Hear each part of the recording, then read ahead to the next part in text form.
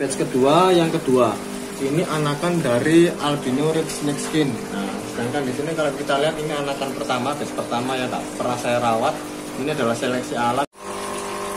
Sekarang kita bicara mengenai perawatan buraya ikan gapi di lahan yang sempit. Nah, dan kita sedot pakai pipet. Nah, kita lihat di sini. Oh, ini artemianya ya. Nah,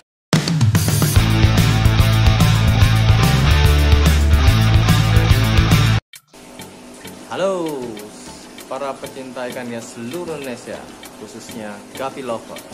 Oke, dalam konten kali ini saya akan membahas mengenai beternak ikan gapi di lahan yang sempit ya.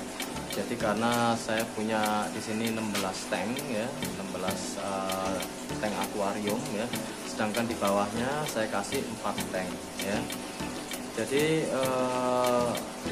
karena lahannya sempit ya, jadi namanya juga saya belajar, saya masih pemula. Jadi ini adalah hasil ternak batch kedua. Batch pertama itu udah beranak, cuman saya biarkan, tidak saya rawat ya, cuman saya kasih aerator, kadang saya kasih E4 artemia, tapi tetap ya. Tapi ternyata yang survive bisa dihitung ya, kalau nggak salah 10 atau 12 ekor dari 50-an lebih. Jadi karena seleksi alam matilah satu-satu. Oke, jadi saran saya ketika kita punya lahan yang sempit, jadi lebih baik kita fokuskan saja pada beberapa strain ya. Karena saya hanya menyediakan 4 akuarium di bawah, jadi saya memilih hanya strain-strain yang saya suka ya. Pertama bluegrass, kedua yellow lace ya, ketiga albino blue platinum, lalu keempatnya itu albino snake skin reptile ya, terus sama snake skin blacktail atau bluetail. Oke, ini yang batch kedua, ini barulah saya rawat ya. Saya rawat, jadi tiap hari saya sifon kotorannya ya. Lalu sebelumnya 1 hari saya ganti, cuman berikutnya airnya saya bau. Kalau baunya udah nggak seger lagi, baru saya ganti full, itu sekitar separuhnya ya. Dan alhamdulillah sampai sekarang tuh masih survive ya. Oke, nanti akan saya jelaskan lebih detailnya pak mana aja ya. Ini saya nggak bilang 100% karena ada beberapa yang mati sekitar 2 ekor, 3 ekor ya. Nanti saya jelaskan tempat-tempat mana aja yang mengalami kematian dari breeding saya ini. Oke.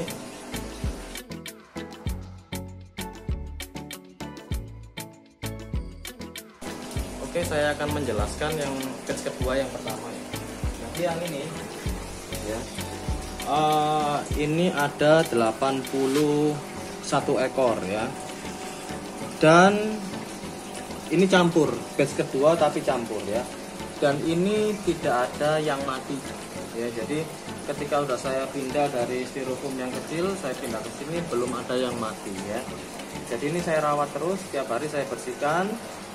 Jadi saya sifon kotorannya ya.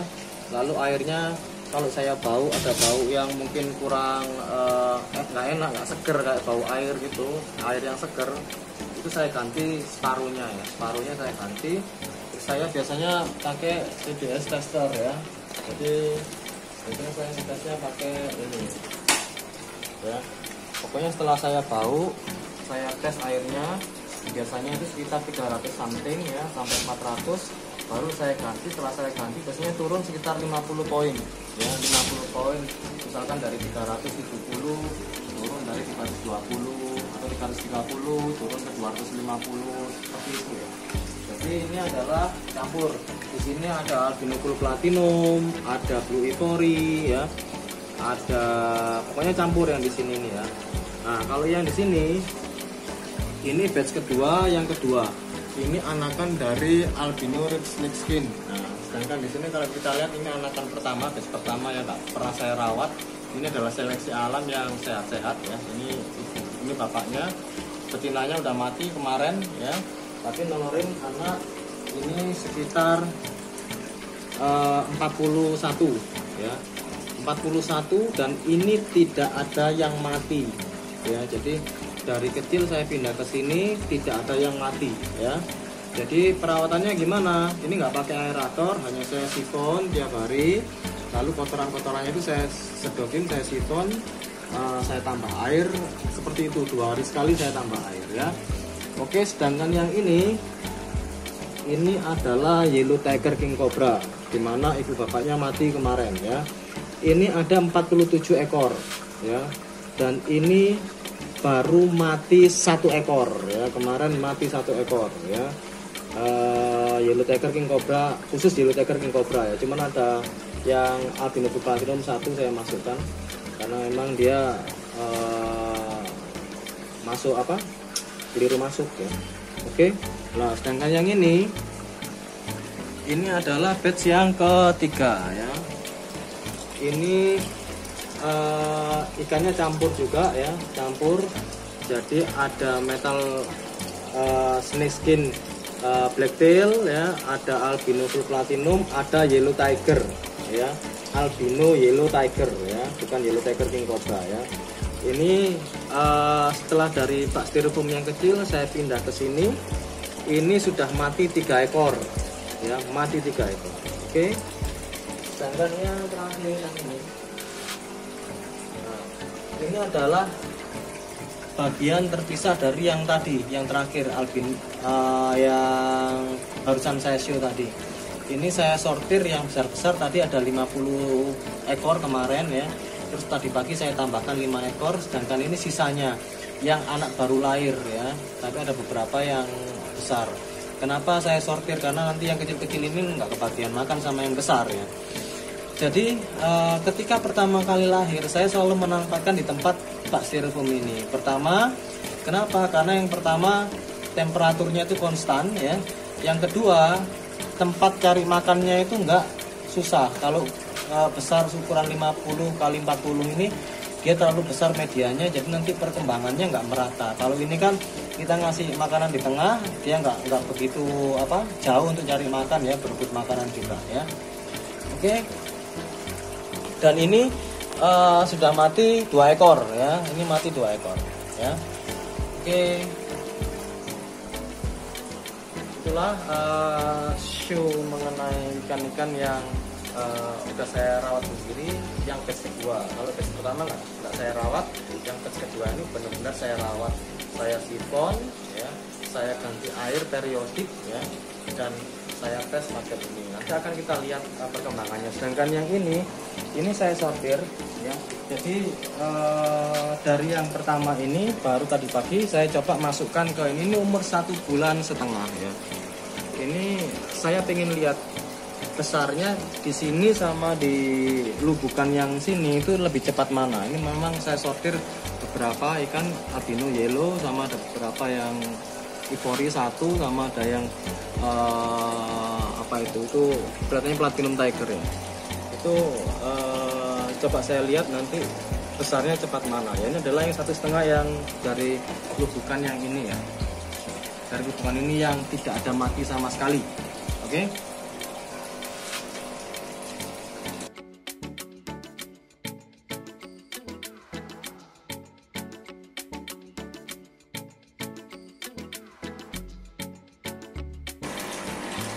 Oke, saatnya nguras ya. Ini adalah kita sekarang bicara masalah perawatan ikan gapi ya. Jadi perawatan buraya ikan gapi ya. Jadi yang di sini ya, yang tersisa hanya mungkin 10 ekor ya, udah saya pindah di sini ya. Nah, itu ya, kelihatan ekorinya itu ya. Itu kurang lebih umur 1 bulan ya, 1,5 bulan lah ya. Sama yang merah ini kurang bagus ekornya ya. Jadi ini adalah generasi pertama sejak saya merawat ikan gapi hanya jadi segini ya. Ya maklum, namanya juga eksperimen ya, eksperimen perawatan air yang acak-adut ya, yang nggak karu-karuan ya, nggak pernah dikuras dan lain sebagainya. Oke, sekarang kita akan lihat ini kan umurnya sekitar kurang lebih 3 minggu ya, yang ini ya. Nah, ini masih segini ya, maklum karena 2 minggu dia di box styrofoam ya. lalu dipindah ke tank besar. Ini saatnya kita nguras ya. Ini baru kemarin saya kuras, udah kotor lagi. Jadi ini nanti saya sifon, saya sedotin kotorannya, ditambahin air ya, air yang baru ya. Jadi mungkin akan saya kuras tengahnya, lalu saya tambahin air lagi. Kita lihat perkembangannya seperti apa ya besok ya. Lalu yang ini baru umur seminggu ya. Ini 4 hari di bak lubukan pemijahan induknya ya. Langsung saya pindah, nggak melalui bak styrofoam. Kita lihat perbedaannya ya, lebih cepat besar yang mana ya. Oke, ini adalah buraya umur 1 minggu. Ini juga habis ini akan kita sifon. Oke. Sedangkan yang ini adalah YTKC ya. Ini baru umur 2 hari ya. Nah ini 3 hari ya, 3 hari. Ini saya taruh di bak styrofoam kecil. Gunanya apa?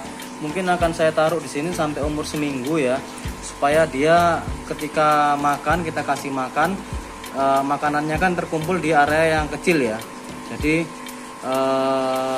kebutuhan pakannya itu lebih tercukupi daripada dia langsung dipindah ke akuarium besar, karena dia akan berenang mencari ya dengan luasan yang sangat luas. Jadi ini saya taruh di bak styrofoam kecil ya, segini ukurannya ya.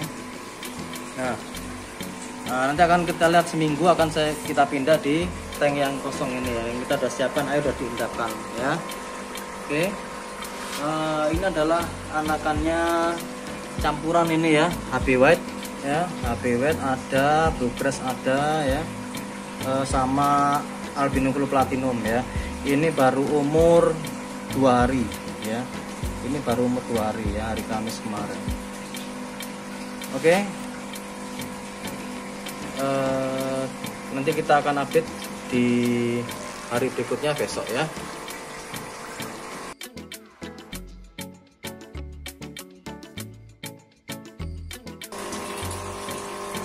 Sekarang kita bicara mengenai perawatan buraya ikan gapi di lahan yang sempit.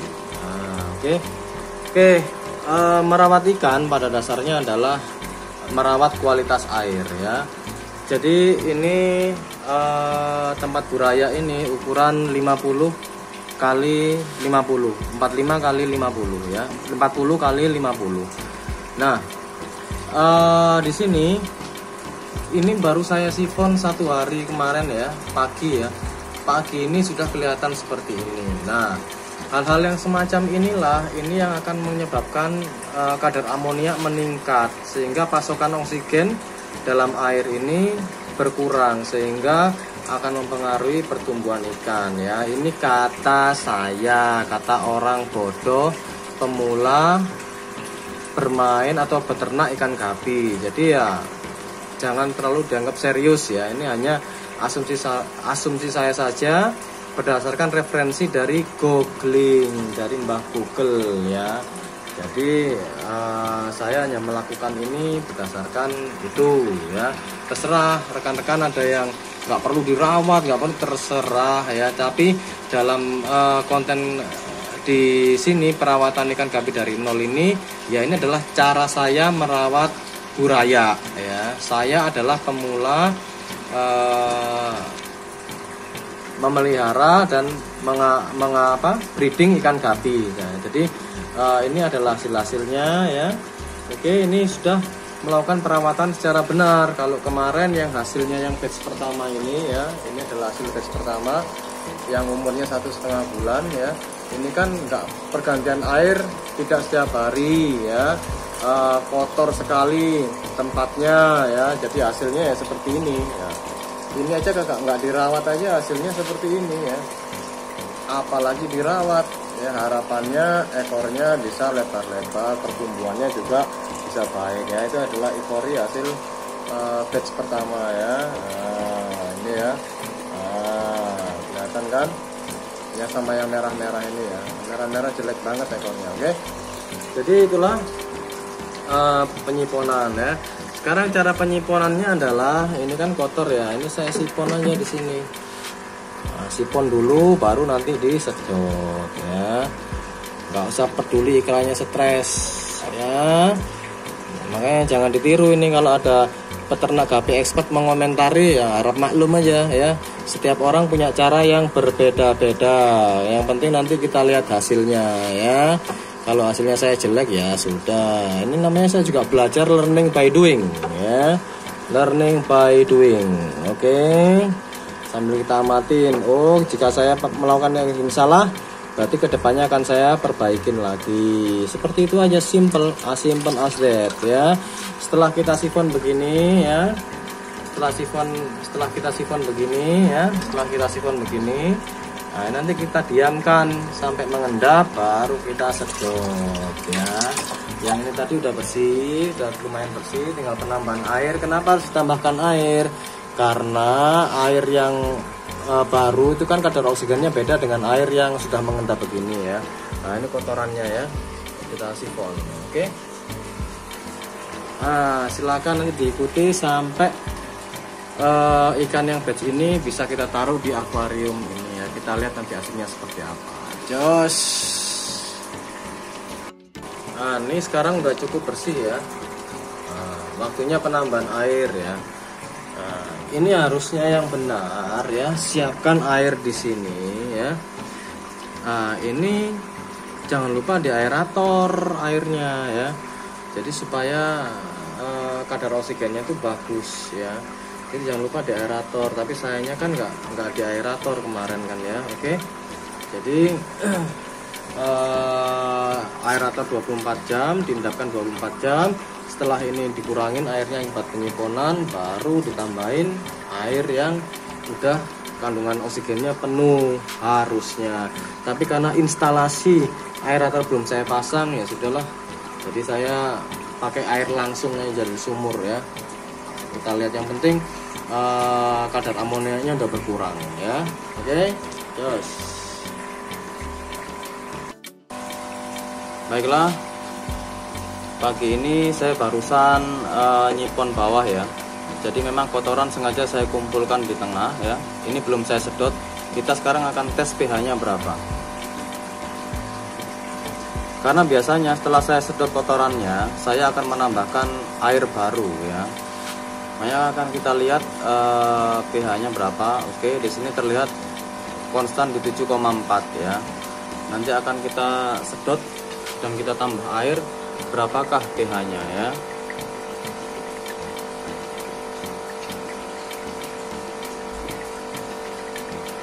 Untuk di kolam sebelah ya beda dikit lah ya, 7,47 ya, beda sedikit, beda 0,07. Ini naik lagi 7,48.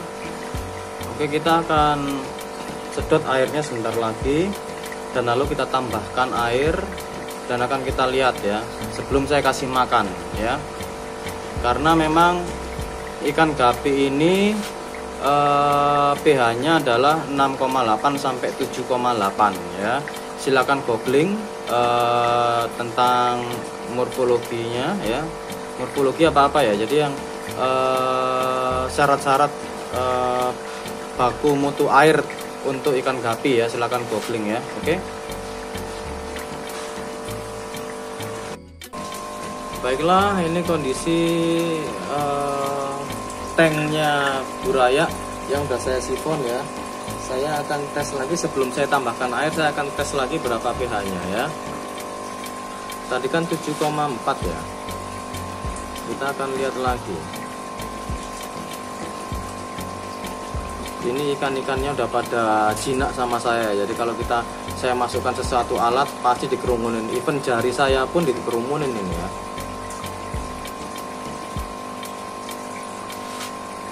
Karena udah tahu yang kasih pakan siapa tiap hari ini. Ya oke, masih 7,4 ya, 7,46 ya. Oke, kita lihat yang satunya.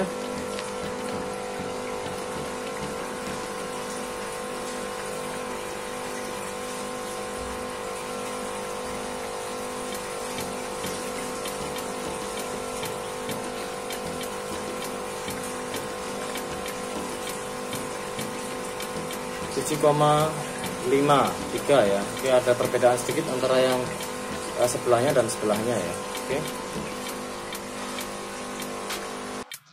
saya akan menambahkan air sumur ini langsung ya, jadi bukan air endapan. Ini saya masih eksperimen, sekali lagi saya eksperimen ya. Dimana air sumur ini setelah saya cek pH-nya sekitar 6,8 kalau nggak salah. Nanti akan saya show ya, saya tunjukkan di fotonya 6,8 ya. Jadi memang pH-nya rendah banget ya, di bawah 7 ya. Nah, nanti akan saya coba ya, dan akan kita isi sampai ketinggian segini ya. Oke. Untuk ketinggian air saya menggunakan 15 cm ya. Kenapa? Kalau ditanya kenapa ya?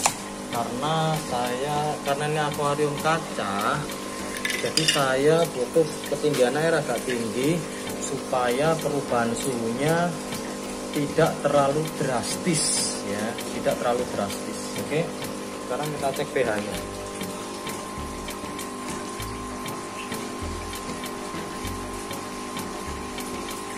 Ya, turun ya. Nah, ini kita lihat. Kenapa turun? Karena air sumur saya kan pH-nya 6, sekian ya. Ya, turun ke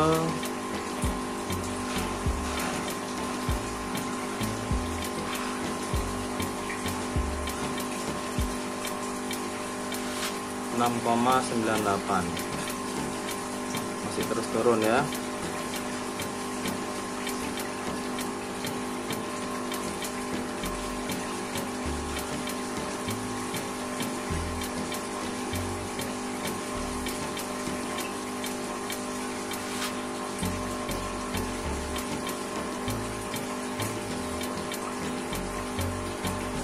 Oke, di 6,93 konstan ya, 7. Yang ini kita lihat masih di ambang batas ya, Gapi kan di 6,8 ya.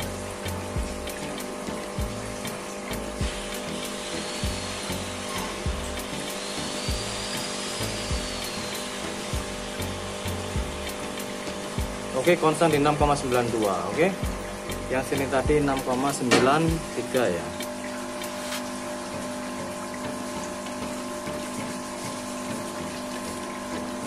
Oh, sama ya, sama. Oke. Oh, malah turun lagi. Setelah bersih, saatnya kita memberi makanan dengan menggunakan Artemia dan kita sedot pakai pipet. Nah, kita lihat di sini. Oh, ini Artemianya ya. Nah, ini kita taruh di sini.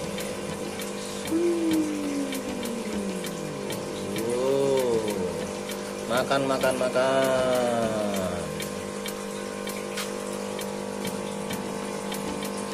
Sedot lagi. Oh, lepaskan.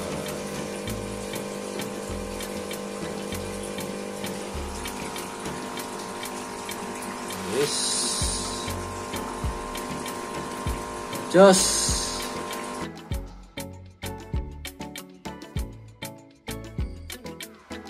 Ini adalah Buaya YTKC ya, udah berusia sekitar 8 hari ya. Oke, sekarang akan kita pindahkan di sini ya. Ini airnya kita sesuaikan dengan yang di sini, yaitu kalau di sini kita ukur 8 cm, maka di sini juga 8 cm ya. Setelah umur 8 hari dalam wadah styrofoam ini ya, ini buaya ini tidak ada yang mati ya, tidak ada yang mati satupun ya. Jadi kondisinya sehat. Oke. Nanti kita akan pindah di tempat ini ya. Ini saya rasa saya nggak memasukkan air yang di sini ke sini ya. Tapi memang ini benar-benar air baru ya. Memang saya sengaja supaya dia langsung beradaptasi ya.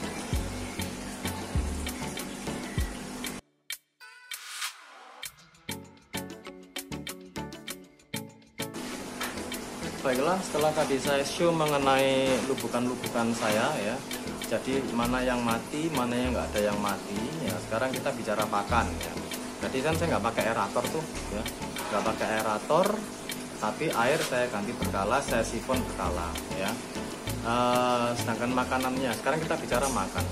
Jadi pakan usia 1 hari sampai 6 hari ya, itu saya kasih Artemia ya. Menginjak 7-8 hari sudah saya biasakan menggunakan pelet ya. Adapun pelet yang saya gunakan yaitu pertama adalah demi pelet ya, ini adalah pelet untuk buraya ya. Lalu ada polaret ya, polaret ya. Lalu mem udah saya campur dengan spirulina tablet ya. Jadi saya beli mem yang ini.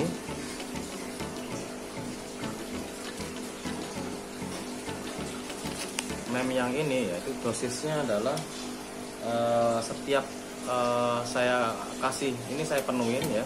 Terus saya kasih 2 sendok spirulina ya, pakai ukuran sendok yang ini. Nah ini ya, masih ada bekasnya ya. Oke. Jadi lalu saya checking, saya kocok begini ya. Nah lalu saya berikan ya. Adapun dosisnya itu secukupnya saja tapi kontinu ya. Jadi jangan terlalu banyak karena bisa jadi pembusukan di bawah akuarium ya. Karena ini nggak pakai aerator, nggak pakai sirkulasi ya. Jadi tiap hari sifon ya, maka harus hati-hati dalam pemberian pakan ya, supaya tidak menjadi pembusukan pakan dan menyebabkan penyakit ya, seperti atau racun seperti yang dikeluarkan oleh amoniak dan lain sebagainya. Karena dalam sistem yang punya saya ini di akuarium yang lubukan besar itu tidak menggunakan apapun ya, jadi tidak menggunakan oksigenik, empor ya. Jadi hanya sifon ganti air, sifon ganti air, makanya pemberian pakan dosisnya secukupnya tapi kontinu ya, tapi kontinu. Oke. Jadi itu mengenai pakan. Untuk demi pelet ini umur 6 hari sudah bisa saya berikan, sudah saya mulai cicil pakai ini selain Artemia. Lalu kalau sudah hampir usia sekitar 12 hari sampai 14 hari baru saya tambahin ini pun saya amatin dimakan apa enggak gitu ya. Kalau dimakan ya berarti udah cocok ya sama ini ya, sama polaret ya, sama polaret. Oke. Polaret ini adalah Artemia kering ya, Artemia kering ya. Jadi itu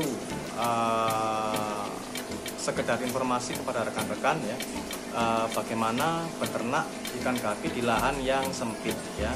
Pertama tentukan strainnya dulu, fokus karena lahan kita sempit ya. Kita main kualitas bukan main quantity ya. Lalu yang kedua pelet-pelet apa aja yang saya gunakan ya. Terus yang ketiga penggantian air berkala dan penyifonan setiap hari ya. Terus yang keempat ya kita cek berkala ya, apakah ada yang mati atau enggak ya. Kalau kita lihat, tapi sejauh ini tidak ada yang terkena jamur ya, velvet maupun pinroot ya selama ini anakannya ya. Kalau yang pertama yang nggak kerawat itu memang ada yang kena jamur ya. Jadi itulah tips-tips peternak saya di lahan yang sempit. Semoga bisa memberikan wawasan kepada rekan-rekan semua. Jadi nggak usah khawatir. Saya juga di sini baru belajar ternak ya, makanya ini saya share ke rekan-rekan karena tingkat kematiannya hanya 98% atau 96% ketika dirawat dengan baik dan benar tanpa menggunakan aerator ataupun hal yang lainnya. Jadi cuman sifon ganti air ya. Sampai usia 1,5 bulan itu masih sehat, ada beberapa. Walaupun toh ada beberapa lubukan juga mati. Meskipun matinya hanya 1, 2 dan maksimum tadi 3 ekor kan. Ya. Oke, silakan dipraktekkan pada rekan-rekan semua. Semoga gapinya bisa banyak dan sesuai dengan kualitas yang diharapkan. Oke. Tetap jangan lupa subscribe, like, dan komen ya untuk tetap mengikuti perjalanan breeding saya ini tentang ikan gapi di strain-strain yang lainnya. Oke, sampai jumpa.